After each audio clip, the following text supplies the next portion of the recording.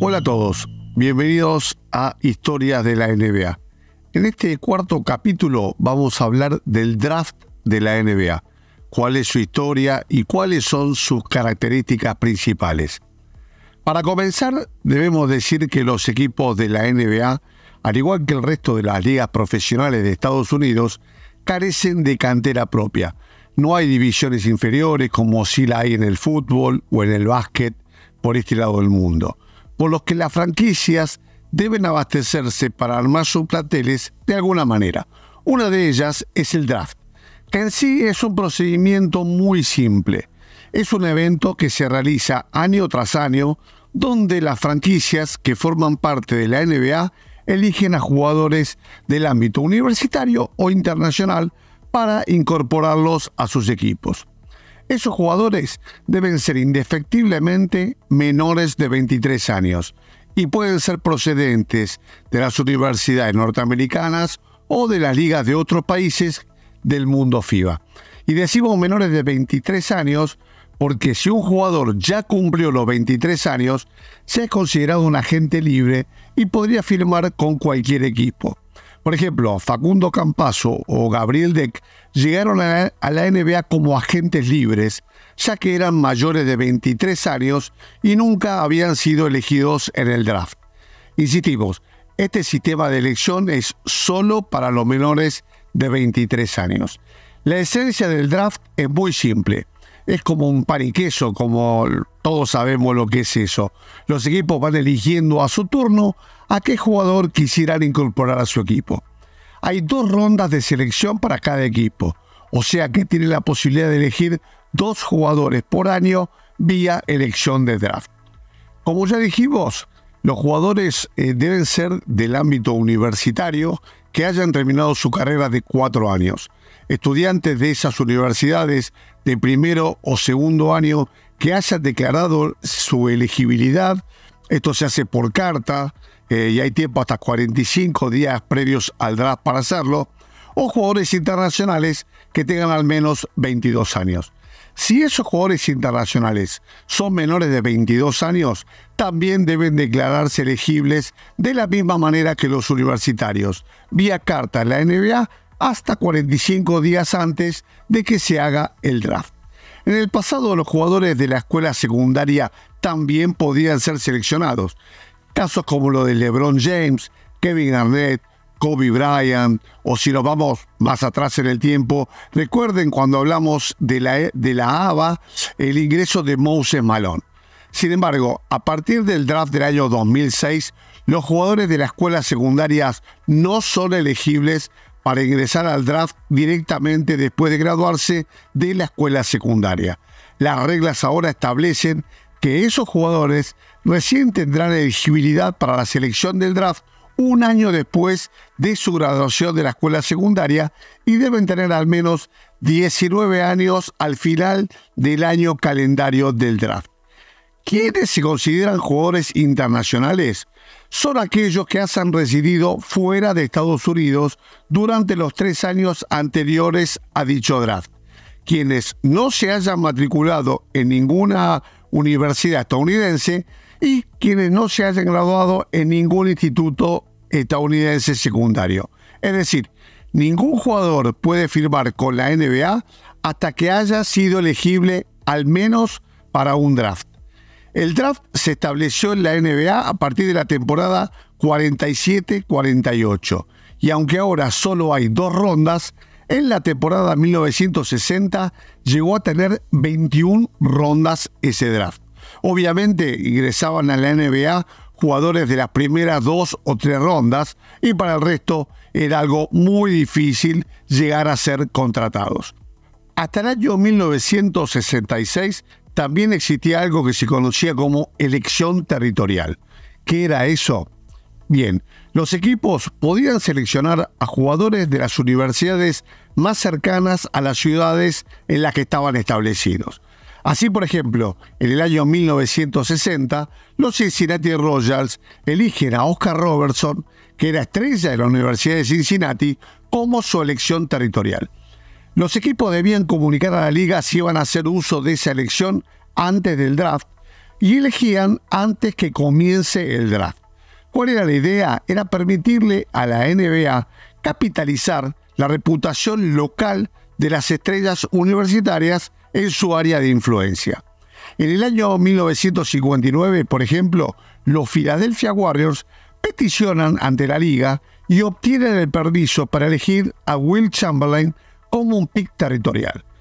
Pero ¿por qué hicieron esto si Chamberlain jugaba en la Universidad de Kansas?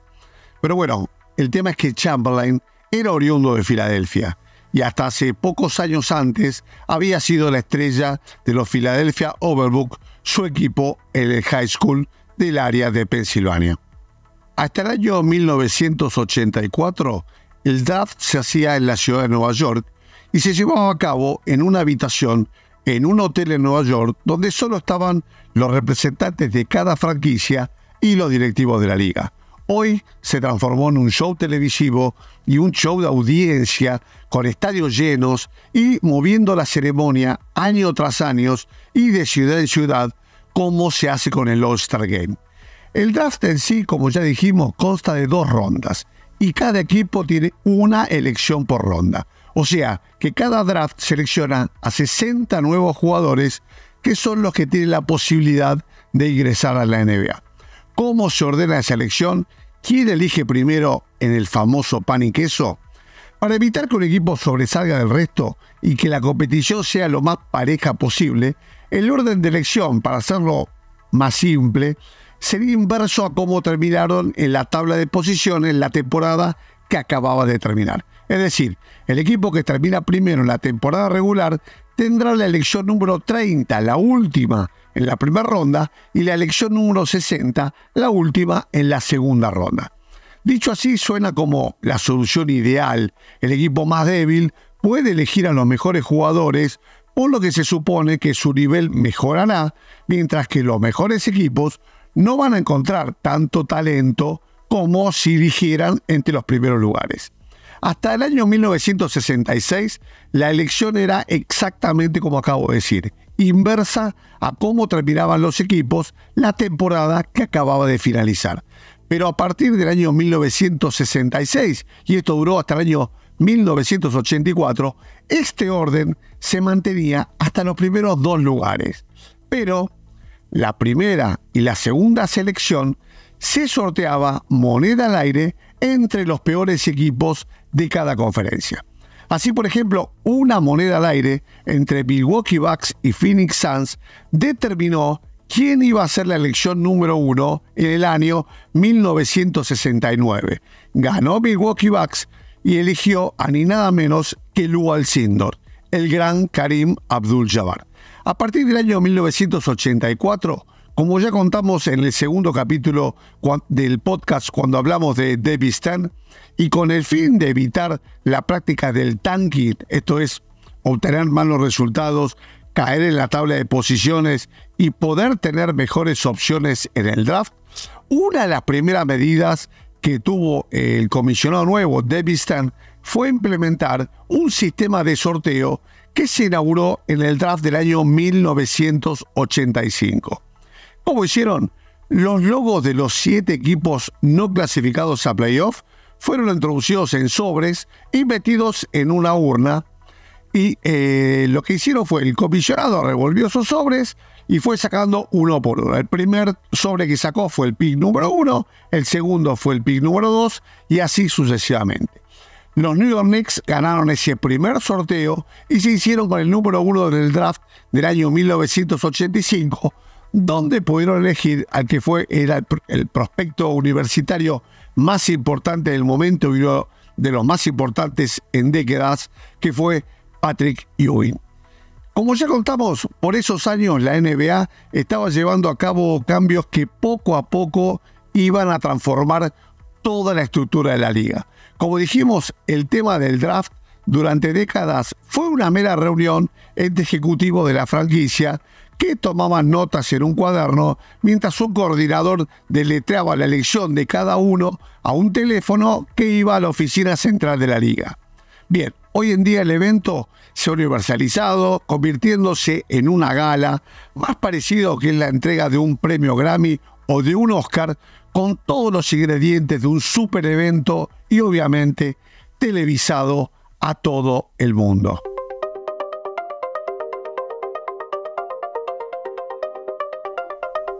Para el año 1990 se cambió el sistema de la urna y los sobres por una lotería con bolas, lo que conocemos hoy como la lotería del draft. ¿De qué se trata esto? Esto es así. Entre los 14 equipos que no clasifican a playoff, se hace un sorteo para determinar el orden de elección de los primeros 14 lugares del draft. ¿Cómo se hace esto? Se meten 14 bolas en un bombo, como en un bingo, con números del 1 a 14, y a cada equipo se le asigna una serie de combinaciones. Todas las combinaciones posibles de números, son 1001 combinaciones, se han repartido entre esos 14 equipos. ¿Cuántas posibilidades tiene cada equipo de elegir primero?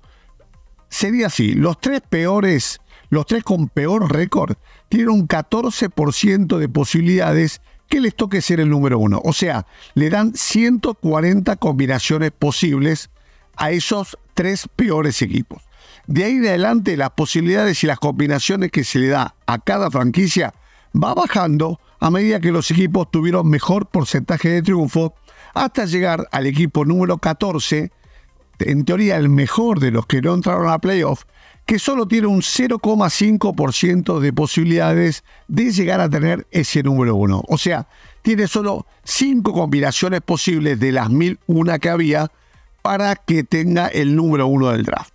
Pero hay algo más. Esto se hace solo para determinar los primeros 4 que eligen en el draft. El resto, o sea, del quinto para abajo, es por estricto orden de ordenamiento de la tabla de posiciones puesta al revés. Esto se hace porque en el peor de los casos, al equipo que peor le fue en la temporada no puede terminar más abajo que el quinto puesto del draft. Es exactamente lo que le pasó este año a los Detroit Pistons. Terminaron último en la temporada regular entre los 30 equipos, pero no salió en el sorteo entre los primeros 4. Entonces, automáticamente se le dio la elección número 5 del próximo draft, que será en pocos días, ahora en el mes de junio. La ceremonia de extracción de la bola se realiza en privado, aunque asisten representantes de los 14 equipos involucrados, obviamente, además de auditores independientes, autoridades de la NBA y miembros de la prensa, y obviamente desde hace algunos años también es un evento televisado. Una vez realizada la lotería del draft, queda entonces establecido el orden definitivo del número 1 al número 60 para la elección de cada franquicia. Llegado este día, el día del draft, el comisionado va nombrando uno por uno según el orden que tienen, y cada franquicia va nombrando a su turno a qué jugador eligen. Antes de seguir, es importante aclarar algo. El draft no es un contrato, sino es una simple incorporación de derechos. Los jugadores seleccionados no tienen la obligación de ningún tipo de sumarse al equipo que los selecciona. Aunque eso sí, a menos que este equipo se desprenda de su derecho, no podrían firmar con otra franquicia en la NBA. Vamos a poner un ejemplo para que se entienda un poco mejor. Hace un par de años, los Oklahoma City Thunders draftearon con el número 34 de la segunda ronda del draft el año 2021 al jugador del Barcelona, Rokas Jokubaitis. Obviamente no tenía 23 años, por lo que tuvo que declararse elegible antes del draft mediante carta, como lo explicamos al principio del capítulo este. El jugador, a partir de ahí, a pesar de ser elegido, tranquilamente puede seguir jugando toda su carrera en Barcelona o incluso firmar en cualquier otro equipo FIBA cuando quiera. Lo que no puede hacer mientras Oklahoma tenga sus derechos es firmar un contrato ni jugar en otra franquicia de la NBA. El ser elegido en el draft no representa una obligación para el jugador, sino que es una prioridad para los equipos sobre ese jugador. Voy a dar otro ejemplo. Hace unos cuantos años, en el draft del año 1989, Los Ángeles Clippers eligieron a Danny Ferry con el número 1 del draft. Era un jugador de la Universidad de Duke y era un gran proyecto en ese momento, un gran proyecto universitario.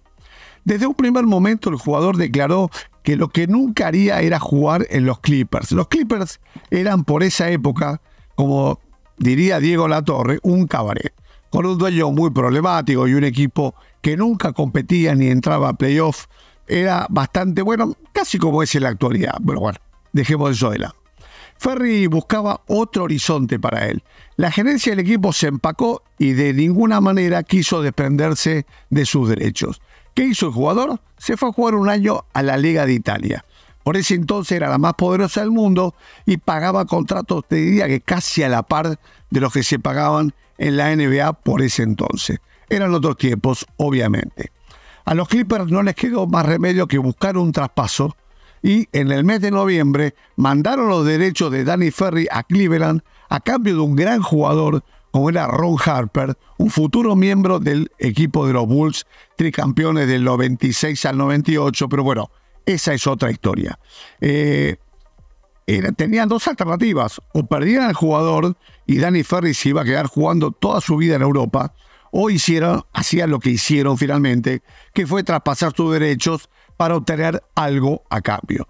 Si ven el orden del draft de cualquier año, inclusive del que se está por hacer ahora en pocos días, van a descubrir que esta teórica distribución de 2 selecciones por equipo no se termina respetando, diríamos que casi nunca.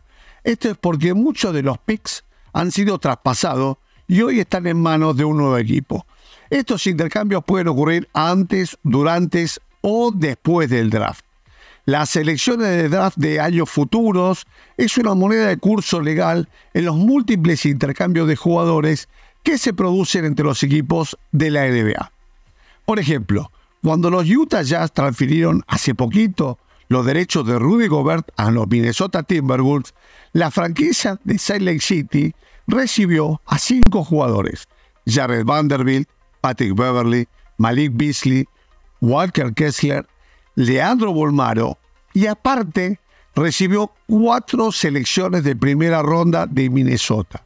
Selecciones que corresponden a primeras rondas no protegidas de los años 2023, que fue el año pasado, 2025, 2027, un swap pick del año 2026 y un Protect Top Pick 5 del 2029.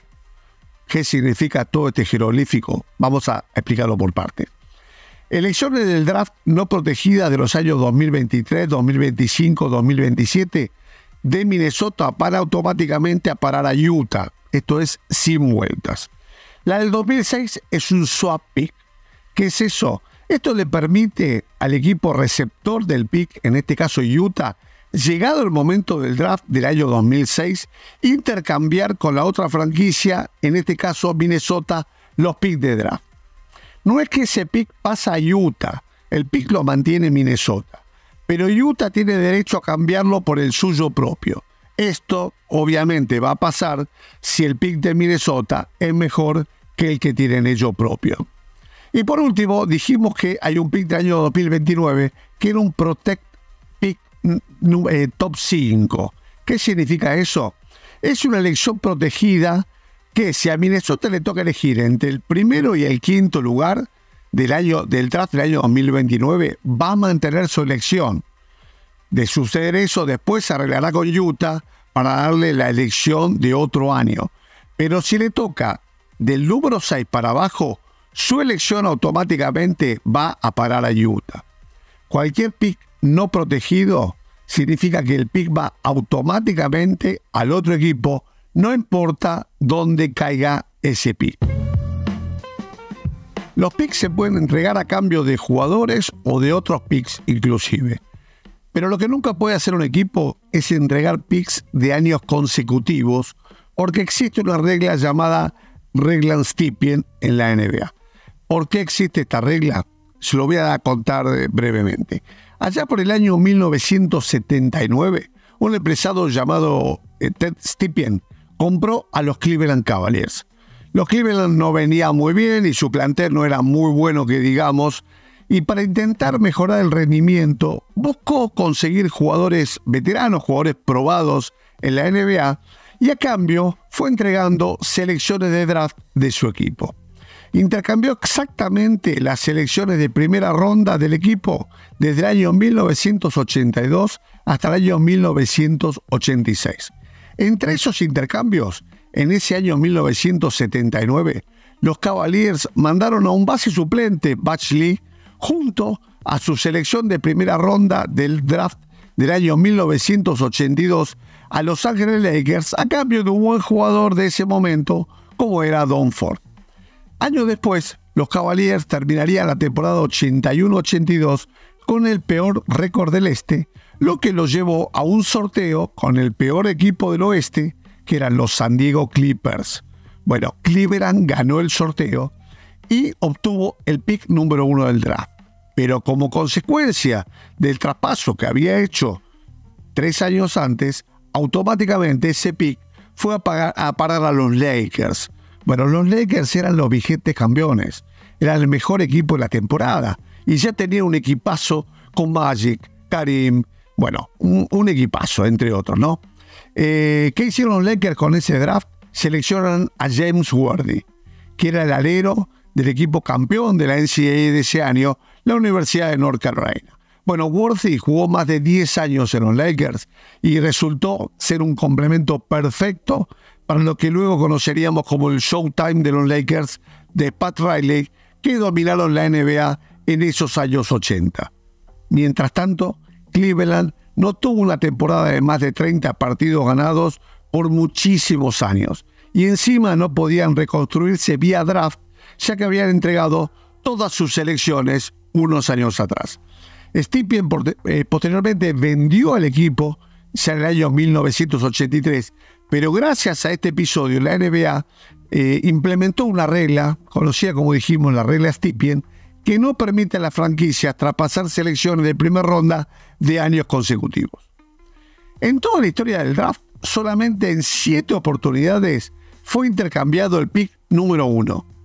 Fue en los años 1950, 1957, 1980, 1986, 1993, 2014 y 2017. Vamos a contar qué pasó en uno de esos años, que fue el draft del año 1980. Los Boston Celtics venían de perder la final de la conferencia este con los Philadelphia 76ers y ya era un equipo bastante bueno. Los Boston se encontraron con la primera elección del draft por un traspaso que habían hecho unos años antes con los Detroit Pistons.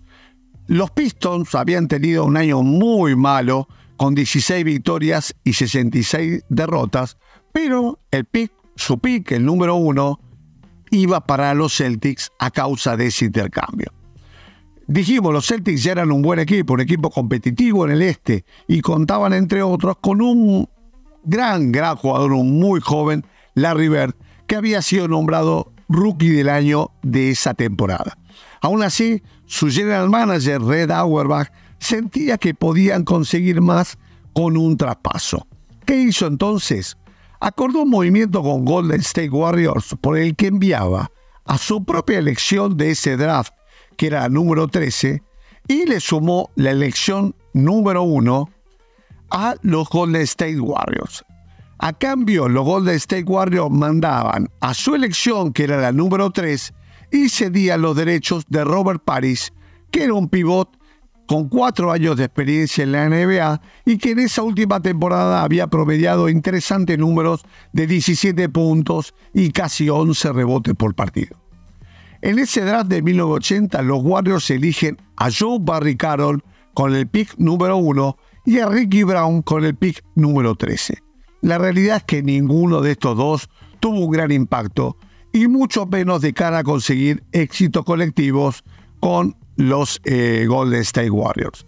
Los Celtics, ¿qué hicieron? Eligieron con el número 3 del draft a Kevin McHale, el alero de la Universidad de Minnesota. Bueno, Robert Parrish y Kevin McHale se convirtieron en leyendas con los Celtics. Ganaron varios títulos, son miembros del Hall de la Fama y, junto a Larry Bird, formaron el que es para muchos el mejor frontcourt titular en la historia de la NBA. Hay numerosos casos de jugadores que fueron elegidos en las primeras posiciones como grandes promesas y fracasaron o estuvieron muy lejos de ser lo que esperaban de ellos. Por el contrario, hay otros que son escogidos en posiciones muy retrasadas, pero terminan siendo figuras, estrellas y jugadores importantes de sus equipos.